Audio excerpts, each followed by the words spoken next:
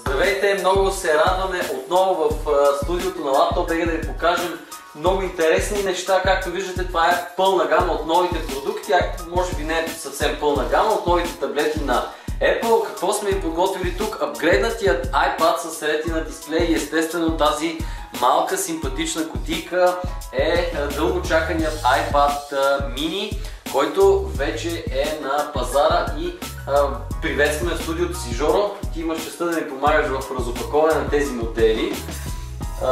Да започнем с iPad mini. Ще отдръпна тези по-големите кутии, за да пада акцента. Виждате, за да създадем така по-добра представа за размера на тази наистина симпатична малка кутийка на iPad mini, ще ви покажем едно левче приблизително за сравнение с модела. Мисля, че приблизително поне добихте представа за това. Наистина много симпатична кутийка, което предполага пък, че устройството вътре ще е не по-малко приятно.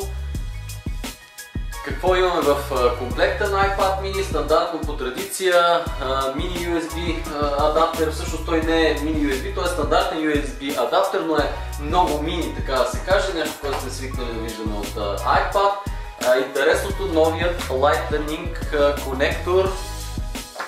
Преминаваме към самото мини iPad. Прекрасният.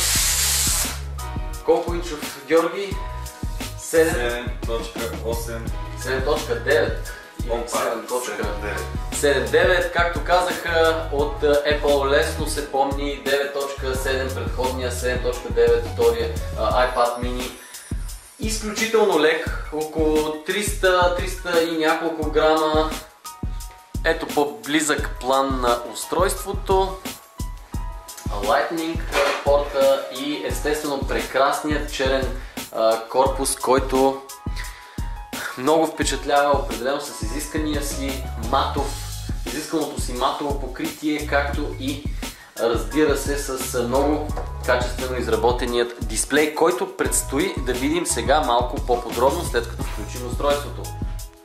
Ето ни вече включеният iPad mini, както виждате.